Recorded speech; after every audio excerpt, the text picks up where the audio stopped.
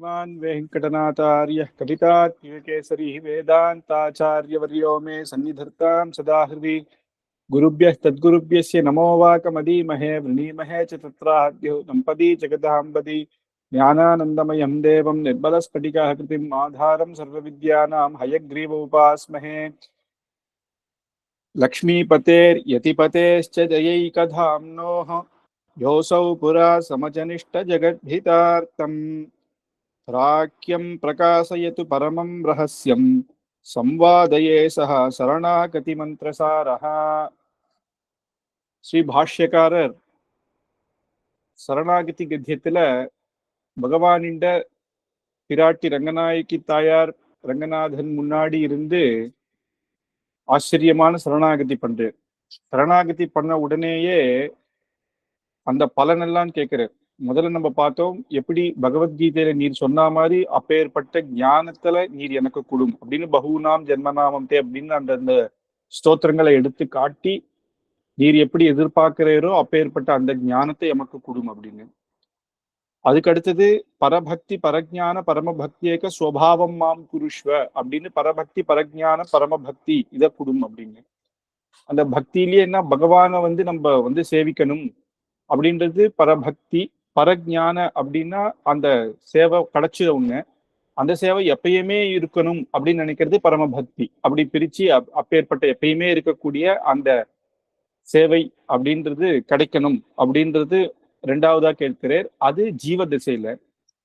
அதுக்கப்புறம் மோட்ச திசை அப்படிங்க வரும்பொழுது நித்திய கைங்கரியம் அப்படின்னு பரபக்தி பரஜான பரமபக்தி கிருத பரிபூர்ணானவரத பரிபூர்ணமான பிரம்ம ஜானத்தை பரபக்தி பரஜான பரமபக்தி கிருத நித்திய விசததமா அனன்ய பிரயோஜனானவதிகாதிசய பிரிய பகவத் அனுபவோகம் அப்படின்னு நித்தியமாக அழியாத எப்பயுமே அந்த கைங்கரியம் விசததமா அனன்ய பிரயோஜனா, வேற எந்த அனன்ய பிரயோஜனத்தை இல்லாம ததாவிதா பகவத் அனுபவ ஜனிதா அனவதிகா அதிசய அப்படியேப்பட்ட பகவத் அனுபவத்தை பிரீத்திகாரிதா சேஷாவஸ்தோச்சித அசேஷ சேஷத்தை கருத்தி ரூபன் எப்பயுமே சேஷத்துவமாக இருந்து உமக்கு கைங்கரியம் பண்ண நித்திய கிங்கரோ பவானி அப்படின்னு நித்திய கிங்கரம் நித்தியமான கைங்கரியத்தை சர்வதேச சர்வகால சர்வாவஸ்தோச்சித்தன்னு எந்த தேசத்திலையும் எந்த காலத்திலையும் கைங்கரியத்தை கொடுக்கணும் அப்படின்னு வேண்டிக்கிறேன்.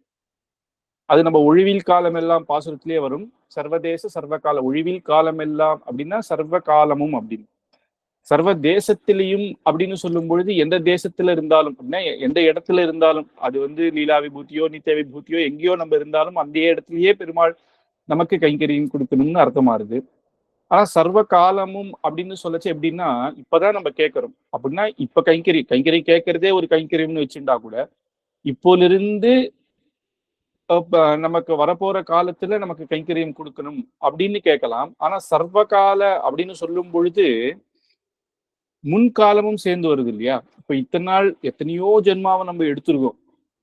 அப்ப சர்வம் அப்படின்னு சொல்ற பதத்துக்கு முன்ன இப்போ ஃபியூச்சர் எல்லாத்தையும் சேர்த்து சொல்ற மாதிரி இருக்கே, அது எப்படி சர்வம்னு சொல்லலாம்?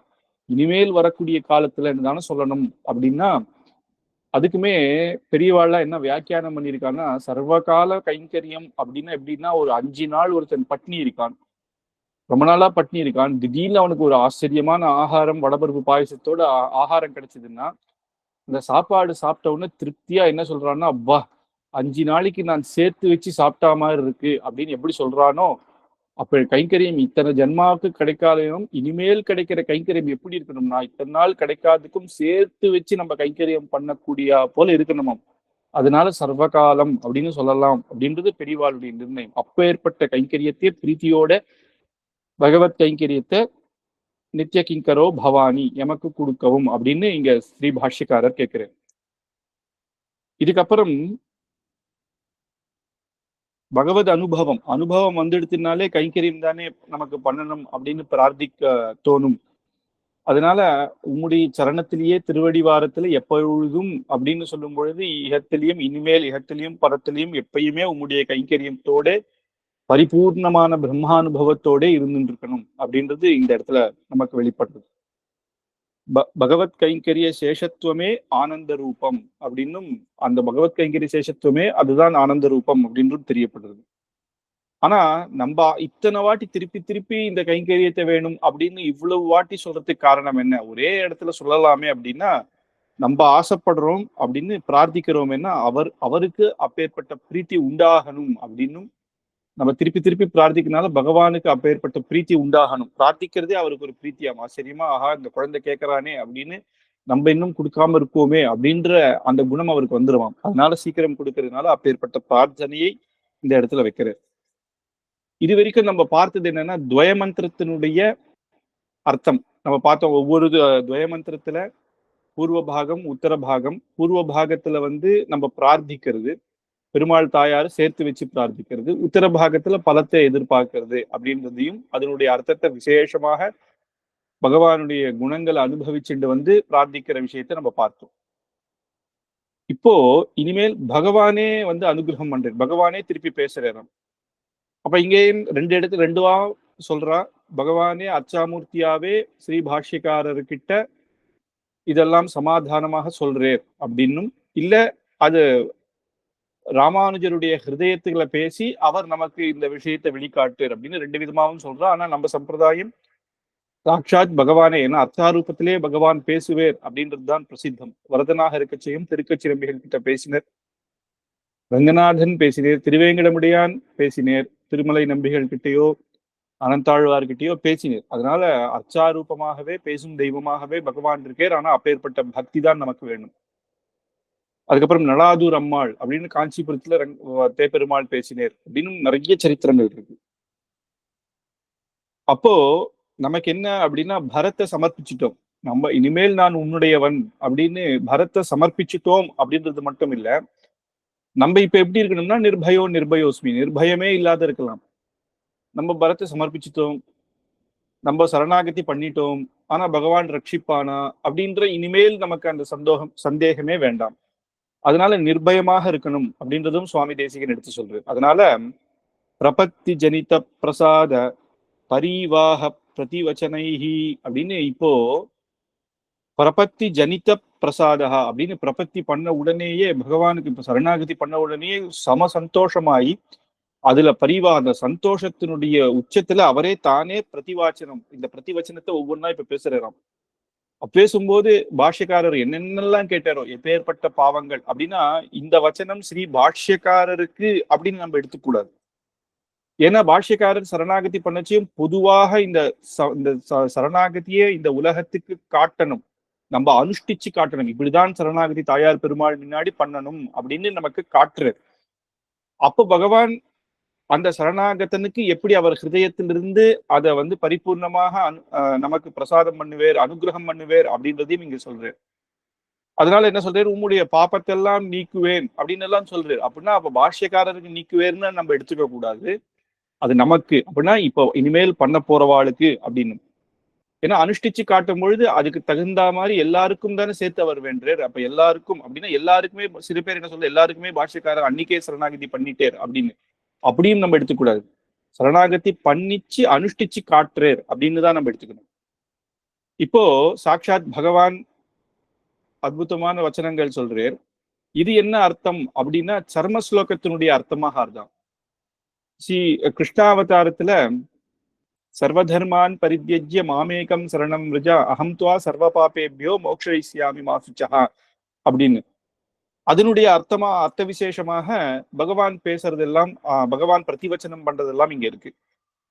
இதுல நமக்கு ஒண்ணு தெரிஞ்சுக்கணும், இது ரகசியமா சதசியமா. சதசியம்னா இது வெளிப்படையா சொல்லலாமா? சர்ம ஸ்லோகத்தினுடைய அர்த்தம் நிறைய இப்ப சொல்றோம் இல்லையா, நம்ம சொல்றது மேலோட்டமான அர்த்தம். ஆனா ரகசியத்திரிய சாரத்திலையும் இதனுடைய விஸ்தாரமான அர்த்தங்கள் வருது. அப்ப இது ரகசியமா சதசியமா அப்படின்னு சொன்னா, சதசியமான எல்லாருமே கீதை எல்லாருமே சொல்லலாம்.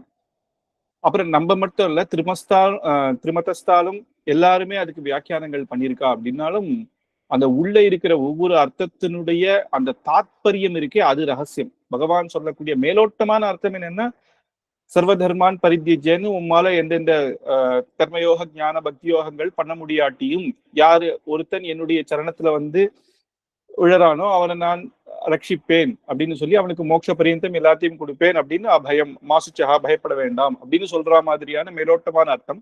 அதுக்கும் விஸ்தாரமான அர்த்தங்கள் நிறைய இருக்கு. அதெல்லாம் ரகசியமாக ஆச்சாரியர் மூலமாக தெரிஞ்சுக்க வேண்டியது. அதுலயும் சில ஆச்சரியமான விஷயத்தை இப்ப பகவானே சொல்ற மாதிரி இந்த கத்தியத்திரயத்துல நமக்கு அமைஞ்சிருக்கு.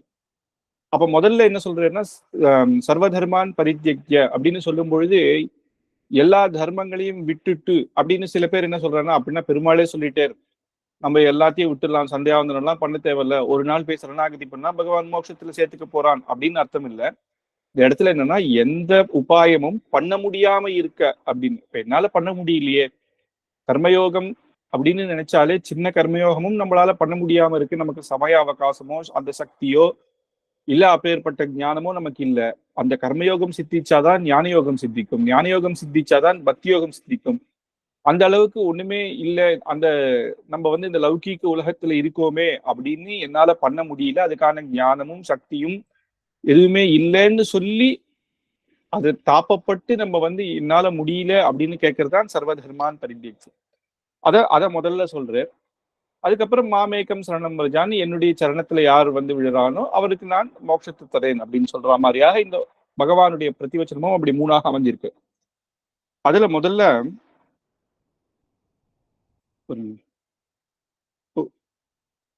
ஏவம் பூத மத்கைங்கரிய பிராப்தியுபாயதையா அவக்லிப்த சமஸ்தவஸ்து விஹீனோபி அனந்த தத்விரோதி பாபக்ராந்தோபி அனந்த மதபச்சார யுக்தோபி அனந்த மதீயாபச்சார யுக்தோபி அனந்த சஹ்யாபச்சார யுக்தோபி அப்படின்னு அங்க கேட்டுட்டே இல்லையா, எப்பேற்பட்ட அபச்சாரம், பகவத் அபச்சாரம், பாகவத் அபச்சாரம், சஹ்யாபச்சாரம் இதெல்லாம் நீக்கணும் அப்படின்னு ஸ்ரீ பாஷ்யக்காரர் எப்படி வேண்டிண்டேரோ அந்த மாதிரி இவரும் இங்க சொல்றார். அதுக்கு முதல்ல ஏவம் பூத அப்படின்னு சரணாகதிக்கு முன்னாடி நம்மளுடைய நிலை, அந்த கைங்கரியத்து யோக்கியத்தை அது இல்லாம இருக்கிறதுனால தானே அந்த முதல்ல ஏவம் பூத மத்கைங்கரிய பிராப்தியா அப்படின்னு என்னுடைய கைங்கரியம் கிடைக்க அவக்லிப்த சாஸ்திர உபாயம் இல்லாததுனால, அவக்லிப்த சமஸ்த வஸ்து விஹீனோபி அப்படின்னு முதல்ல நமக்கு கர்மஜான பக்தி இதெல்லாம் நமக்கு தெரியாம இருந்தது. அவக்லிப்த சாஸ்திரம்ல சொன்ன உபாயங்கள்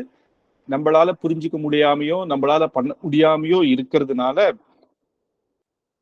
அதனால அப்படின்னு சொல்றேன். அந்த ஒரு இடத்துலயும் அதை நான் நீக்கிறேன் அப்படின்னும் அனந்த தத்விரோதி பாபா அக்ராந்தோபி, ஏன் அதை நம்மளால தெரிஞ்சுக்க முடியாம இருக்கு, பண்ண முடியாம இருக்குன்னா தத் விரோதி, அதுக்கு விரோதி என்னன்னா அனந்த காலமாக பாப்பம் பண்ணிட்டு இருக்கும்.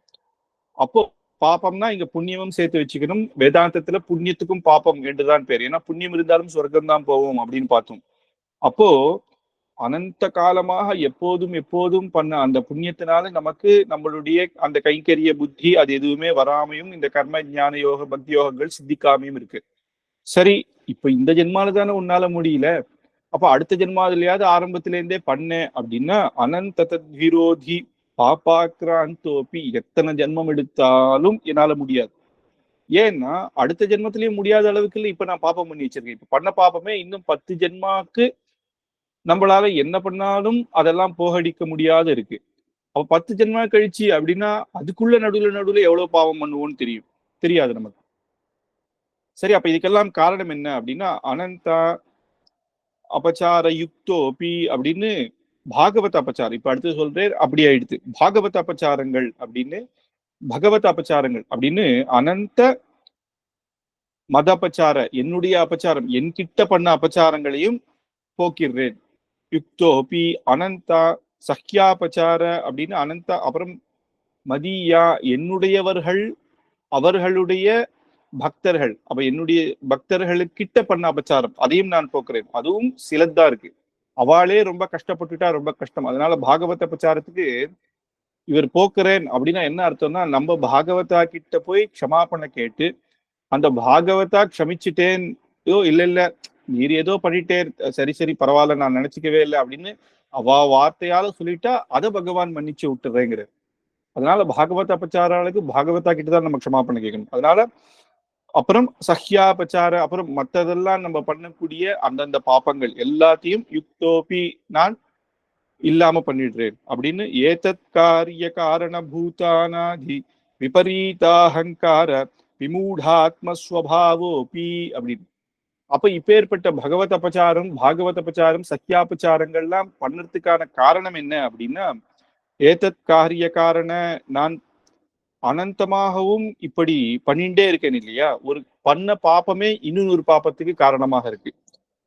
அப்புறம் அதனால என்னன்னா விபரீத அகங்காரத்தை உண்டாக்கிறது. நம்ம பண்ண புண்ணியமோ, அந்த நிறைய புண்ணியம் பண்ணா கூட அகங்காரத்துல நான் தான் பண்ணேன் அப்படின்னும், அவருக்கு என்ன தெரியும், அவருக்கு என்ன ஞானம் அப்படின்ற அகங்காரங்கள் தானாக வந்துடுறது.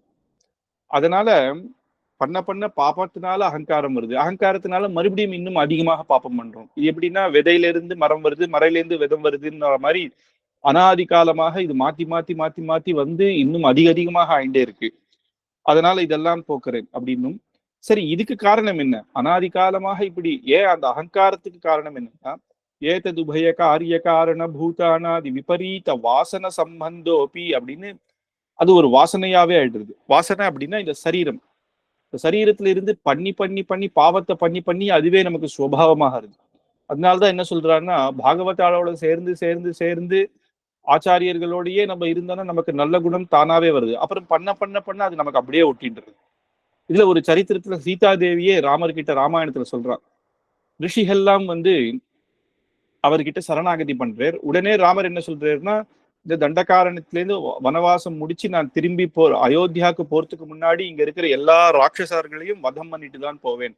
ஏன்னா அந்த இடத்துல ரிஷிகள்லாம் தன் காட்டுறா, இந்த ராட்சசர்கள்லாம் எங்களை எப்படி படுத்துறா பாருங்கோ அப்படின்னு உடம்பெல்லாம் காட்டுறா. அப்படி அப்படியே ரணமாக இருக்கு, பாதி பேர் செத்து போயிருக்கா, எலும்பு கூடுதலால மலையை கட்டி வச்சிருக்கா.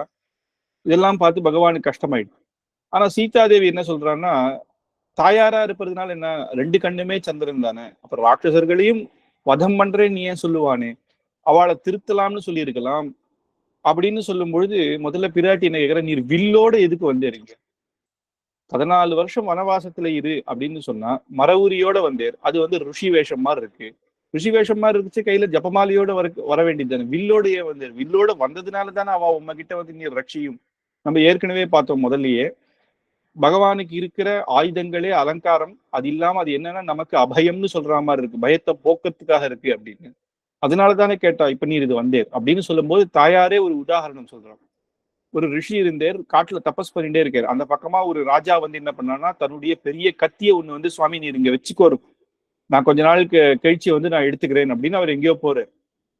இத்தனை நாள் இவர் தபசு பண்ணவர் என்ன பண்ணாருன்னா, திடீர்னு இந்த கத்தியை பார்த்தேர், ஒரு நாள் அப்படி இப்படி தூக்கி தூக்கி பார்த்தேர், கொஞ்சம் அங்க இங்க பார்த்து கொஞ்சம் கொஞ்சம் அந்த செடி எல்லாம் புல்லு எல்லாம் வளர்ந்துருந்ததுன்னு அதால வெட்ட ஆரம்பிச்சு, கொஞ்சம் கொஞ்சமா அந்த பக்கம் இருக்கிற ஜந்துக்கள்லாம் வந்துதா, அதெல்லாம் வந்து இதுக்கு அவருக்கு ஹானி ஆகுமோ அப்படின்னு அதை வதம் பண்ண ஆரம்பிச்சார். கொஞ்சம் கொஞ்சம் அது அப்படியே வாசனையாகி அதுக்கப்புறம் என்ன ஆச்சுன்னா, மனுஷா யாரு வந்தா கூட அவர் மேல இது நடந்தாலும் வெட்ட ஆரம்பிச்சுட்டாராம். எப்பேற்பட்ட ரிஷி, அஹிம்சாவாதியாக இருந்தவர், அவர் இப்படி மாறிட்டார். அதனால அந்த ஒரு கத்தி வந்ததுனால அப்படின்னா என்னன்னா, அந்த சுபாவம் அந்த இதுவாகவே ஒரு வாசனை, அந்த பண்ணி பண்ணி ஒரு சின்ன தப்பு பண்ணி அதனால இன்னும் பெரிய தப்பு. அதுக்கப்புறம் நமக்கு என்னன்னா, நான் பண்ணது என்ன பெரிய தப்பா அப்படின்னு கேட்போம். சில பேர் தப்பு பண்ணிட்டு, இதுதானே யார் யார் என்னென்னவோ பண்றா, என்கிட்ட தான் வரியா அப்படின்னா. ஒரு 1,00,000 ரூபாய் காணாம போயிடுச்சுன்னா, அரசியல்ல அவன் எவனோ கோடி கோடியா அடிக்கிறான், அப்ப நான் அடிச்சா தப்பு இல்லையா அப்படின்னு இன்னொருத்தர தப்ப காட்டி, நம்ம பண்ணது தப்பு தான், நமக்கு ஏத்த இதுல நம்ம இது பண்ணியிருக்கோன்றதை விட்டுட்டு நம்ம அதையே எப்படி நம்ம மாத்துறோம், அவன் பண்ணலையா அப்படின்னு மாத்தும் பொழுது அந்த மாதிரி அது என்ன ஆகுதுன்னா, அது ஒரு வாசனையாவே ஆயிடுது.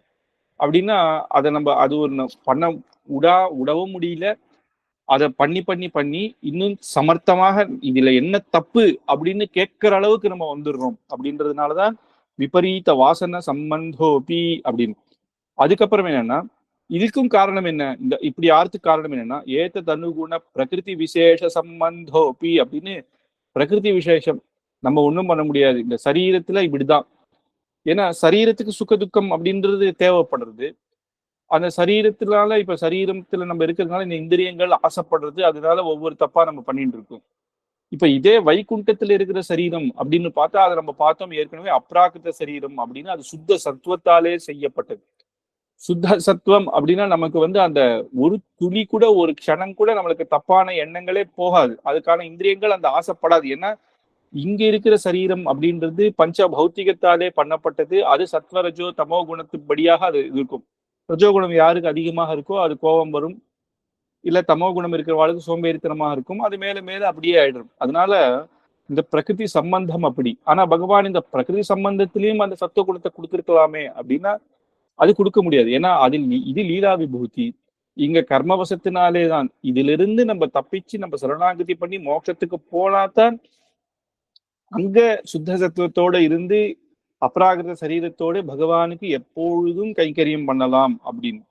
அதனால நம்ம ஏற்கனவே என்ன பார்த்தோம், பண்ண பாவங்கள் அதுக்கு காரணம் என்ன அப்படின்னா அதுவே சுவாவமாக வாசனையாகவும் ஆயிடுறது. அதுக்கு முதல்ல அந்த பாபம் கொஞ்சம் கொஞ்சமாக அகங்காரத்தை, விபரீத அகங்காரத்தை உண்டாக்குறது.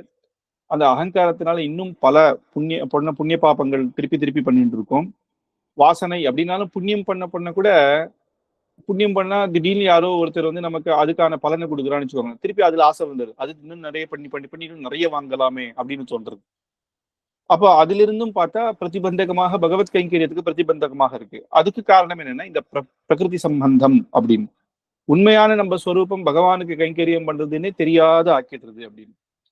அதனால இதுக்கெல்லாம் காரணம் அப்படிங்கும் பொழுது ஏதன் மூலாத்யாத்மிகாதி ஆதி பௌத்திகாதி தெய்வீக சுக துக்க தத்ஹேது ததிதரோபேக்ஷணீய விஷயம் அனுபவ அப்படின்னு என்ன சொல்றேன். மொத்தம் 3 விதமான சுக துக்கங்கள் இருக்கு. அந்த சுக துக்கங்கள், அந்த சரீரம் என்ன ஆகும்னா, சரீரம் அப்படின்னு வந்தாலே சுக துக்கத்தை நம்ம அனுபவிக்கிறோம். அந்த சுக துக்கத்தினால்தான் இப்ப ஏற்பட்ட பாபங்கள்லாம் நமக்கு பண்ண தோன்றுது. அதுல 3 விதமான துக்கம்னு ஏற்கனவே பார்த்திருக்கோம். ஆத்தியாத்மிக, ஆதி பௌத்திக, ஆதி தெய்வீக அப்படின்னு. ஆத்தியாத்மிகனா நமக்கே இப்ப தலைவலிக்கிறது அப்படின்றதான துக்கம், அது நமக்கே வரக்கூடிய துக்கம். இன்னொருத்தர்னால வரக்கூடிய துக்கத்தை ஆதி பௌத்திக அப்படின்னு. இப்போ ஒரு ஜந்துக்கள் வந்து நம்மளை கடிச்சு விடுச்சு அப்படின்னா நம்ம பாட்டுக்கு போயின்னா எவனோ ஒருத்த வந்து வண்டியில இடிச்சுட்டான், அதனால நமக்கு வரக்கூடிய அந்த கஷ்டங்கள் எல்லாம். ஆதி தெய்வீக அப்படின்னா சுனாமி வருது, அது பகவத் இதனால நிறைய பாபங்கள் பண்றதுனால அந்த ஊர்ல வந்து சுபிக்ஷமா இல்லாம மழை பெய்யுது, இதெல்லாம் ஆதி தெய்வீகமாக இருக்கு. இந்த கஷ்டங்கள் இந்த சுகத்துக்கும் உண்டு. அப்போ ஆத்தியாத்மிகனா நம்மளே சந்தோஷப்படுறோம், நம்மளே ஒரு வீடு கட்டி ஃபேனை கட்டி நம்மளாம் ஏசி வச்சு நம்ம, அது நம்மளுடைய சந்தோஷம். இன்னொருத்தர்னால வர சந்தோஷம் நம்மளுடைய மித்திரர்களாலேயோ வரக்கூடியது. அப்புறம் ஆதி தெய்வீக அப்படிங்கும் பொழுது பகவானே வந்து ஆச்சரியமான மழையை உண்டாக்குறான் அந்த ஊர்ல அப்படின்னு எல்லாம், அது தெய்வீகமாகவே சுபிக்ஷமாக இருக்கு அப்படின்றது. அப்பேற்பட்ட இந்த சுகதுக்கத்தை இந்த சரீரம் அனுபவிக்கச்ச அப்பேற்பட்ட இந்த புண்ணியமோ பாவங்களோ அதிகமாக நம்மளால பண்ண தோன்றது. அதனால என்ன ஆகுதுன்னா ஞான சங்கோச்ச ரூப அப்படின்னு மச்சரணாரவிந்த யுகலை காந்திகாத்தியந்திக பரபக்தி பரஜான பரமபக்தி விக்ன பிரதீஹிதோபி அப்படின்னு. இந்த யுகலை காந்திகாத்தியந்திக மச்சரணாரவிந்த பகவானுடைய சரணத்துல இங்க அவரே சொல்லிக்கிறார் என்னுடைய. அதனாலதான் இங்க பகவத் சரணன் சொல்லல, மச்சரணாரவிந்த அப்படின்னு என்னுடைய சரணத்துல கைக்கரியங்கள் பண்ணணும் அப்படின்னு அதுக்கு விரோதமாக போயிடுறது, ஞான சங்கோச்சிதமாக ஆயிடுறது. ஏன்னா இந்த சுக துக்கத்தினால அப்படின்னு ஞான சங்கோச்ச ரூப ஞானம் குறைஞ்சிடுறதுன்னா என்னன்னா இதன் மேல ஆசை வருது. உண்மையான ஞானம் எதுவோ அந்த ஞானத்து மேல ஆசை போக மாட்டேங்கிறது அப்படின்னு. அதை அந்த நிவர்த்தியை நான் பண்றேன் அப்படின்னு அந்த சுகதுக்கத்திலிருந்து மீட்டு பகவத் கைங்கரியமே சாஸ்வதம் என்றபடியாக நான் பண்றேன், அதனுடைய பிரதிபந்தகங்களை நான் போக்கடிக்கிறேன் அப்படிங்கிறேன். அப்போ இங்க சொல்லும் பொழுது சில சுவாமி தேசிகனும் வியாக்கியானம் பண்ணும் பொழுது பாஷ்யக்காரர் சொல்லும் பொழுது பகவத் சரணாரவிந்த சரணம் அப்படின்னு சொல்லலாம். சரணாரவிந்தன்னா அப்ப திருவடி தாமரைகள் அப்படின்னு. அப்ப பகவான் தன்னை தானே சொல்லிக்கும் பொழுது என் சரணத்துல விழுந்தா போரும்னு சொல்லலாம்ல. என் சரணாரவிந்த சரண தாமரைகள்னு விசேஷனம் போட்டு அவருடைய திருவடி அவரே சொல்லிக்கிறாரே அப்படின்னா அதுக்கு காரணமும் நமக்காகத்தான் அவர் சொல்றார். அது உனக்கு போக்கியம் அப்படின்ற காரணத்தினால, அதுவே நமக்கு போக்கியமாக இருக்கணும். அதனாலதான் அந்த இடத்துல அதுவும் பாஷ்யக்காரர் திருப்பி திருப்பி சொன்னதுனால அந்த அந்த இது அவள் எல்லாருக்குமே போக்கியம் அப்படின்றதுனாலையும் என்னுடைய திருவடி அந்த இடத்துல அவர் முடிக்கிறது எப்படி இருக்குன்னா சர்வதர்மான் பரித்யஜ்ய அப்படின்றது அத்தனை தர்மங்களும் அத்தனை புண்ணிய பாபங்களும் நீர் பண்ணது அதுக்கு நிபந்தகமாக இருக்கிற அந்த பிரகிருதி சம்பந்தமோ இல்ல அதுக்கு அதனால வரக்கூடிய ஞான சங்கோச்சிதமோ அதுக்கான இருக்கிற இந்த நிபந்தனைகளோ எல்லாத்தையும் நான் போக்கடிப்பேன் அப்படின்றது. ஆனா முதல் பாகத்தை சர்வதர்மான் பரிதீஜைக்கு இந்த இடத்துல அர்த்தமா இருக்கு. அதுக்கப்புறம் என்னன்னா மாமேகம் சரணம் ரஜா என்னுடைய சரணத்துல விழறவான் அப்படின்னு சொல்லும் பொழுது ஏனக்கேனாபி பிரகாரேன துவயவக்தியாத்வம் அப்படின்னு 2வது சூர்ணிக்கையில இது சொல்றது. என்னன்னா ஏனக்கேனாபி பிரகாரேன யார் ஒருத்தன் எப்படியாவது துவயவியக்தாத்வம் துவயமந்திரத்தை சொல்லானோ அவனை நான் ரட்சிப்பேன் அப்படின்னும் போது துவயமந்திரத்துல உடைய அர்த்தமே நம்ம இவ்வளவு தூரம் பார்த்தோம். அதுலயே என்ன ஆகுதுன்னா மாமேகம் சரணம் பிரஜா அப்படின்னு இது என்னையே ஒருத்தன் யார் ஒருத்தன் சரணாகதி பண்றானோ திருவடியில அப்படின்றது அங்க அர்த்தமாயிடுது. அதனால எனக்கு என்ன அப்பி பிரகாரேன அப்படின்றதுக்கு சில பேர் அர்த்தம் பண்ணும்பொழுது என்னன்னா எப்படியா இருந்தாலும் ஏதாவது ஒரு வழியில ஒருத்தனுடைய வாயிலையோ தன்னுடைய மனசுனாலேயோ துவயமந்திரத்தை சொல்லிட்டன்னா அவனுக்கு சரணாகதி அப்படின்னு இங்க அர்த்தமாறுது. ஆனா சுவாமி தேசிகன் அதை எடுத்து சொல்றேன், அப்படி கிடையாது. துவயமந்திரம் எல்லாருமே சொல்லலாம். சரி, இப்ப இந்த காலத்துல எல்லாம் பார்த்தா ரோட்லயே வந்து கேசட்டே போட்டுடுறா. கோயில் பக்கத்துல எல்லாம் காயத்ரி மந்திரத்தையும் துவயமந்திரத்திலையும் கேசட்லயே போட்டுடுறா. ஆனா அது மந்திரங்கள்லாம் வந்து அப்படி நம்ம உபநயனாதி கிரமத்துல எப்படி நம்ம உபதேசமா வாங்கிக்கணும் அப்படின்னு அதுவுமே பார்த்தா யாருமே தெரியாத அது வேஷ்டியில மூடிண்டு அப்பா சொல்லுவா வாத்தியார் உள்ள இருக்குச்சு. அந்த மாதிரிதான் அப்படிதான் மந்திரத்தை உபதேசமா வாங்கிட்டு ஜப்பம் பண்ணணும். அது பெரியவர்கள் கிட்ட வாங்கினாதான் அந்தந்த மந்திரத்துக்கு உபதேசமே சித்திக்கும். அப்போ ரோட்ல நம்ம கேட்டுட்டே போயிட்டு இருக்கும் பொழுது அந்த மந்திரம் நமக்கு வந்து நம்ம சொல்லிட்டா அப்ப அது சரணாகதி ஆயிடுமா அப்படின்னா அந்த இடத்துல சுவாமி தேசிகன் சொல்றாரு அப்படி கிடையாது. எந்த ஒரு பிரகாரத்தினாலும் அப்படின்னு சொல்லும் பொழுது என்ன அப்படின்னா ஆர்த்தோவா திருப்தோவா அப்படிங்கிறது. அப்படின்னா சரணாகதி பண்றான். நான் உன்னுடைய சரணத்துல வந்து விழுந்தேன் அப்படின்னு சொல்லி சரணாகதி பண்ணும் பொழுது அவன் அந்த துவயமந்திரத்தை சொல்றான். அப்போ அந்த சரணாகதியில பூர்ண நம்பிக்கை இல்லாத ஒருத்தன் பண்ணாலும் பூத்த நம்பிக்கையோட பண்ணாலும், நம்பிக்கையோட பண்றவர்கள் ஆர்த்தர்கள். சில பேர் இப்பயே என்ன மோட்சத்துல சேர்த்துக்கோ அப்படின்னு சொல்லுவான், ஆர்த்தி பிரபத்தி அப்படின்னுவா. சில பேர் வந்து திருட மகா விசுவாசத்தோட எனக்கு தேகாவசானத்துல மோட்சத்தை கொடு அப்படின்னு பகவானுடைய நம்பிக்கை, பூர்ண நம்பிக்கை இப்ப நம்ம சாஸ்திரத்துல சொன்னபடி இருந்து பூர்ண நம்பிக்கையோட நிர்பரமாக இனிமேல் நான் சரணாகதி பண்ணிட்டேன் அவன் மோட்சத்தை கொடுத்துருவான்னு பூர்ண நம்பிக்கையோட எப்படி ஆச்சாரியர்கள் இருக்காளோ அப்படி பண்றான். ஆனா சில பேருக்கு அப்பேற்பட்ட ஞானம் இல்ல, அறக்குறையா சரி எல்லாரும் பண்றா நானும் பண்றேன், ஒருவேளை பகவான் காப்பாத்தினா எனக்கும் மோட்சம் தானே, அப்படி இருக்கோ இல்லையோ அப்படின்னு ஒண்ணு இருக்கோ இல்லையோ எல்லாரும் பண்ணி வைக்கிறா, ஒருவேளை இருந்ததுன்னா சத்தியமாகட்டுமே அப்படின்றதுக்காக அப்படின்னு ஒரு திருப்தோ ஒரு இதுல பண்றான்னு வச்சுக்கோங்களேன். அப்ப கூட அவன் சரணாகத்தின்னு நினைச்சுதானே பண்றான், அதனால திருப்தோவா. அப்படியும் அந்த துவயமந்திரத்தை யார் சொல்றாளோ அந்த சரணாகத்தின்ற எண்ணத்துல அதுல பூர்ண விசுவாசம் இல்லைன்னாலும் அதுல பாதி விசுவாசம் இருந்தாலும் அந்த இடத்துலதான் இதை சொல்லப்படுறது அப்படின்னு சுவாமி தேசிகன் அதை சரணாகதி பட்சமாக எடுத்து காட்டு. அதனாலதான் நமக்கு அப்பேற்பட்ட ஆர்த்தி சரணாகதி இல்லாததுனாலையும் நமக்கு அப்பேற்பட்ட பூர்ண விசுவாசம் மகா விசுவாசம் இருக்கணும். ஏன்னா சரணாகதிக்கு அங்கங்கள் இருக்கு. ஆனுகூல்ய சங்கல்பம், பிராத்திகூல்ய வர்ஜனம் அப்படின்னு மகா விசுவாசம், ஆத்ம நிவேதனம், அப்புறம் கார்பண்யம் அப்படின்றதெல்லாம் இருக்கு. அப்படின்னா ஆனுகூல்ய சங்கல்பம்னா பகவான் நம்ம ஒருத்தங்கிட்ட சரணாகதி பண்றதுன்னா அவருக்கு இஷ்டப்படி நம்ம நடந்துக்கணும். அவருக்கு தர்மம் தான் பிடிக்கும், சத்தியம் வதா தர்மம் சரா அப்படின்னு இருக்கும்போது நம்ம வந்து நான் சத்தியத்தையே பேசாத ஒருத்தன் அவனுடைய கிட்ட போய் சரணாகதி பண்ணா எப்படி? அதெல்லாம் நம்ம ராமாயணத்துல ஆச்சரியமா ஒவ்வொரு சரணாகதியும் எடுத்து பார்க்கலாம். விபீஷன் சரணாகதி பண்றான்னா தர்மத்துக்காக அங்கேருந்து விட்டு வந்தான் இல்லையா, பகவானுக்கு பிடிச்சது அவன் பண்றான். பிராத்திகூலிச வர்ஜனம்னா பகவானுக்கு பிடிக்காதது நம்ம பண்ணக்கூடாது. அவருக்கு ராவணாதி சபையில அதர்மம் பண்ணியிருக்கான்னு அந்த சபன் எனக்கு எதுக்குன்னு வந்தான் இல்லையா, அதனால அது மகா விசுவாசம்.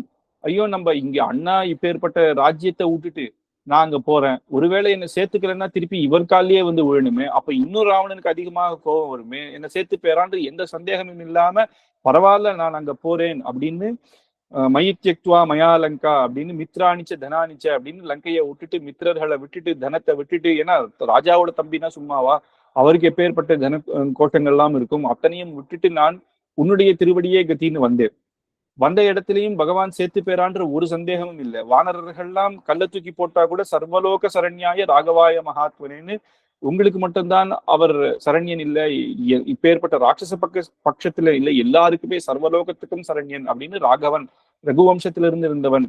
அதனால இன்னும் எப்பேற்பட்டவர் அர்க்காதி ராஜ்யாக்கள் தன்னுடைய கண்ணையே கொடுத்த அப்பேற்பட்ட ராகவாய மகாத்மனே அப்படின்னு சொல்றாரு. அப்பேற்பட்ட வம்சத்திலிருந்து வந்தவர். அந்த அப்பேற்பட்ட ரகுவம்சத்துல கூட அசமஞ்சன்னு சில அசடான ராஜாக்கள் இருந்தாலும் அப்பேற்பட்டவர் இல்லை, இவர் மகாத்மா, அதனால என்ன சேர்த்து பேர் நீங்க எல்லாம் போய் எனக்கு நிவேதனம் பண்ணுங்கோ அப்படின்னு சொல்றாரு. அந்த நிவேதனம் அப்படின்றதெல்லாம் காட்டி ஆச்சரியமா எடுத்து சொல்றான். அப்புறம் எனக்கு எந்த இதுவும் இல்லை அப்படின்றதுனால எனக்கு யாருமே இல்லை அப்படின்னு சொல்லி நீயே எனக்கு கதி அப்படின்னு அந்த அனன்ய கதித்துவத்தையும் காட்டுறது. வேற யாரும் எனக்கு ரட்சகன் இல்லை, நீரே கதி அப்படின்னு காட்டி நம்ம சரணாகதி பண்ணணும். இப்போ இதுல இல்லாத அப்படியே எனக்கு சரணாகதி இப்ப நம்ம எத்தனையோ பேர் சரணாகதி பண்ணியிருப்போம்னா ஆணுக்குள்ளிய சங்க பகவான் சொல்றதெல்லாம் நம்ம கேட்கிறோமா, பகவான் சொல்றாரு. பகவான் என்ன சொன்னாருன்னா, சாஸ்திரம் சொன்னதுதான் பகவானுடைய வச்சனம் அப்படின்னே சொல்றாரு. அப்போ ஸ்ருதி ஸ்மிருதிர் மமை வாக்ஞா அப்படின்னு பகவான் சொல்லியிருக்காரு. அதெல்லாம் நம்ம பண்றோமானா இல்ல. அப்ப ஆணுகூல சங்கத்திலே நிறைய விஷயம் நம்ம பண்றது இல்லையே. அப்போ இந்த மாதிரி திருப்தர்களானவர்கள் சரணாகதி பண்ணா கூட அந்த சரணாகதின்ற எண்ணம் இருந்து அந்த துவயமந்திரத்தை சொன்னா அதுல அதுல பகவான் ஏத்துக்கிறார் அப்படின்றதுனால எனக்கேனாப்பி பிரகாரேன துவயம் வியக்தாத்வம் அப்படின்னு இங்க ஆச்சரியமாக பகவானே சொல்றாரு. இப்போ மாமேகம் சரணம் ரஜான்றது இந்த இடத்துல ஆயிடுறது. அதுக்கப்புறம் அகம் துவா சர்வ பாபேபியோ மோக்ஷயிஷ்யாமி மா சுச்சஹா அப்படின்றத மேற்கொண்டு சொல்ல போறேன். அப்ப வந்து கேவலம் மதியை வதையா அப்படின்னு என்னுடைய நிசேஷ வினிஷ்ட சஹேதுக மச்சரண அரவிந்த யுகலை காந்திக ஹத்தியந்திக என்னுடைய சரணத்தை அதுல கைங்கரியம் பண்ணக்கூடிய யோக்கியத்தையை நான் கொடுக்கிறேன். நான் கொடுக்கறதுக்கு நீ என்ன பண்ண அப்படின்னா நீயா ஒன்றும் பண்ணல. அதான் அவர் முதலே சொல்லிட்டாரு. அதனால கேவலம் மதியைவ தயையா அப்படின்னு அகம் துவா சர்வ பாபேபியோ அப்படின்னு என்னுடைய கருணையினால வேற வேற எதுவுமே இல்லை. என்னுடைய கருணை இல்லைன்னா உன் பக்கம் ஒருமே இல்லை, ஒரு நல்ல குணமே இல்லை. என்னுடைய கருணையினால மட்டும் கேவலம் உனக்கு இப்பேற்பட்ட இதை தரேன் அப்படின்னு பரபக்தி பரஜான பரபக்தி அப்படின்னு விக்னஹா இந்த பக்திக்கு விக்னம்லாம் போய் மத் மத் பிரசாத பல அப்படின்னு என்னுடைய அப்பேற்பட்ட ஆச்சரியமான அனுகிரகத்தினால மச்சரணாரவிந்த யுகலை காந்திகா அத்தியத்திக பரபக்தி பரஜான பரமபக்தி அப்படின்னு உயர்ந்த அப்பேற்பட்ட பக்தி வரக்கூடிய ஐகாந்திக அப்படின்னா காந்திக அப்படின்னு யுகலை காந்திகன்னா உயர்ந்த ஐகாந்திகன்னா இவர்கிட்ட மட்டும் வேற யார்கிட்டையும் இல்லாத மாதிரி அப்பேற்பட்ட ஆச்சரியமான பக்தியை நான் தரேன். மத் பிரசாத லப்தா அப்படின்னு உனக்கு தரேன் என்னுடைய அனுகிரகத்தினாலே அப்படின்னு. கேவலம் என்னுடைய அனுகிரகத்தினாலே, வேற எந்த இதனாலையும் இல்லை. மத் பிரசாதேவ சாட்சாத் யதாவஸ்திதா அப்படின்னு என்னுடைய சாட்சா்காரம் அப்படின்னா பகவானுடைய ஸ்வரூபம். மத் ஸ்வரூப ரூப குண விபவ விபூதி லீலாபோகரண விஸ்தாரஹா அப்படின்னு என்னுடைய அனுகிரகத்தினாலே என்னுடைய ஸ்வரூபத்தை நீ புரிஞ்சுப்ப. இதனால என்னன்னா சாஸ்திர விஷயமா ஸ்வரூபத்தை புரிஞ்சுட்டு இருக்கலாம். ஸ்வரூபம் அதனால அதுக்கப்புறம் அவருடைய ரூபம், அவருடைய விபூதிகள், நித்திய விபூதி, லீலா விபூதி அனைத்தும் உமக்கு அதனுடைய அனுபவம் கிடைக்கும் அப்படிங்கும் பொழுதே இப்ப நம்ம வந்து நம்மளுடைய ஸ்வரூபம் என்ன, முதல்ல நம்மளுடைய ஸ்வரூபத்தை தெரிஞ்சுக்கணும். நம்மளுடைய ஸ்வரூபம் என்ன அப்படின்னா சேஷத்துவம். பகவானுக்கு நம்ம கைங்கரியம் பண்ணணும் அப்படின்னு. சேத்தனர்கள் அப்படின்னு நம்ம சொல்றோம். நமக்கு வந்து நம்ம எல்லாம் சேத்தனர்கள் அப்படின்னா ஞானம் உள்ளவர்கள். நம்ம வந்து தாசன். அச்சேத்தனமான வஸ்து எல்லாம் பகவானுக்கு சேஷன் சொல்லலாம். நம்மளும் சேஷன் வந்து ரெண்டுத்துக்குமே சொல்லலாம். ஆனா தாசன்னு சொல்ல முடியாது. அச்சேத்தனமான விஷயம் தாசனா சொல்ல முடியாது. அதுக்கு ஒரு ஞானம் இருந்தா தான் அதை சொல்ல முடியும். அப்படி இந்த நம்மளுடைய முதல்ல ரூபம் சாட்சாத்கா நமக்கு நம்மளுடைய ஞானமே புரியாம இருந்தது. புரிய ஆரம்பிச்சா கூட சாஸ்திர ரீதியா புரிஞ்சுது. என்னுடைய ஆச்சாரியன் சொன்னேர் நம்மளுடைய ஆத்மா ஸ்வரூபம் என்ன அப்படின்னா பகவானுக்கு கைங்கரியம் பண்ணணும் அப்படின்ற வழக்கு நமக்கு புரிஞ்சிருக்கே தவிர அது ஸ்வதகா பகவானை பார்த்த உடனே நமக்கு கைங்கரியம் பண்ணணும் அப்படின்னு அப்பேற்பட்ட அந்த ஞானம் இன்னும் வரல. அந்த ஞானத்தை நான் கொடுக்கிறேன் அப்படின்னு அபரோக்ஷ சித்தமன் மன்னிய ஆத்மா அப்படின்னு அபரோக்ஷ ஆத்மஸ்வரூபத்தை தெரிய உன்னுடைய ஆத்மஸ்வரூபம் அபரோக்ஷமா நேரே அனுபவிக்கலாம். முன்னாடின்னா சாஸ்திர ரீதியாக தெரிஞ்சிட்டோம், மத்தவா சொன்னது தெரிஞ்சிடணும். அப்படின்னா என்னன்னா ஆச்சரியமான சக்கரை ஸ்வீட், இந்த ஸ்வீட் சாப்பிட்டா தித்திக்கும் அப்படின்னு ஒருத்தர் சொல்லியிருக்கா. அதனால எனக்கு தெரியுது இது தித்திக்கும் அப்படின்னு சொல்றேன். உனக்கு எப்படி தெரியும் அப்படின்னா அவா சொன்னா அப்படின்ற விஷயம் இல்ல, புஸ்தகத்துல பார்த்து படிச்சேன் அப்படின்னும் டிவியில பார்த்தேன் அப்படின்னும் இருக்கக்கூடிய ஞானம் தான் இப்ப நமக்கு நம்ம ஆத்மஸ்வரூபத்தை நம்ம தெரிஞ்சுட்டோம், நம்ம பகவானுக்கு கைங்கரியம் அப்படின்றதுதான் தெரியும். ஆனா நம்மளே அதை உணர்ந்தோமா அப்படின்னா அது கஷ்டம். அது எப்படின்னா அந்த ஸ்வீட்டை நம்ம எடுத்து சாப்பிட்டு பார்த்தாலும் தெரியும்.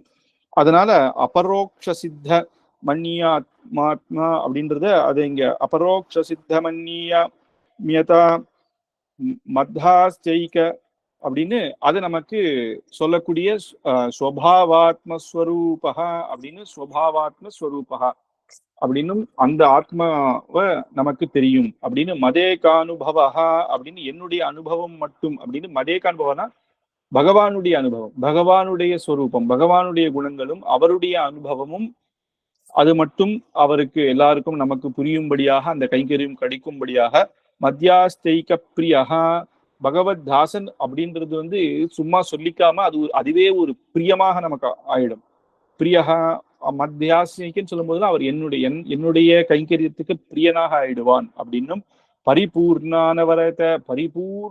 பரிபூர்ணமான ஆச்சரியமான பிரம்மஜானம் அப்படின்னு நித்திய விசதமானன்ய பிரயோஜனானவதிகாதிசய பிரிய அனுபவஸ்துவம் அப்படின்னு நித்திய விசதத்தமா அப்படின்னு அழிவே இல்லாத கைங்கரியம்.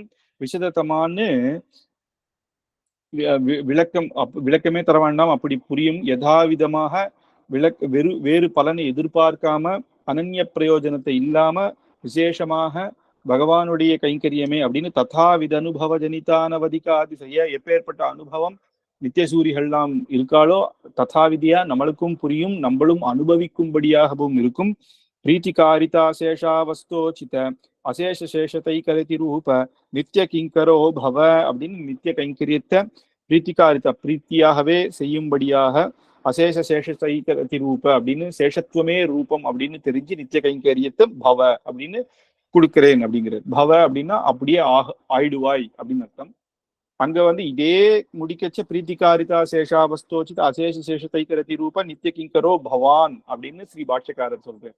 பவான்னு சொல்லும் பொழுது எனக்கு அப்பேற்பட்ட கைங்கரியம் வேணும்னு இந்த இடத்துல நான் கொடுக்கிறேன் அப்படின்னாக இங்க முடிக்கிறேன். அதனால சர்வதர்ம அகம் துவா சர்வ பாபேபியோ மோக்ஷயிஸ்யாமி மாசுச்சா அப்படின்னு மோட்சத்தை கொடுக்கிறேன், நித்திய கைங்கரியத்தை கொடுக்கிறேன், கவலை இல்லை அப்படின்ற பரியந்தம் இந்த இடத்துல நமக்கு அர்த்தமா இருக்கு. அதுதான் பகவான். மேற்கொண்டு பகவான் என்ன பேசுறாருன்னா, சரணாகதி பண்ணிட்டோம், சரணாகதி பண்ணா மோட்சம் எப்போ அப்படின்றது நம்ம பார்த்தோம். தேகா வசானே முக்தி சியாத் அப்படின்னு இந்த பிராணம் இந்த சரீரத்தை விட்டு போகும் பொழுதுதான்.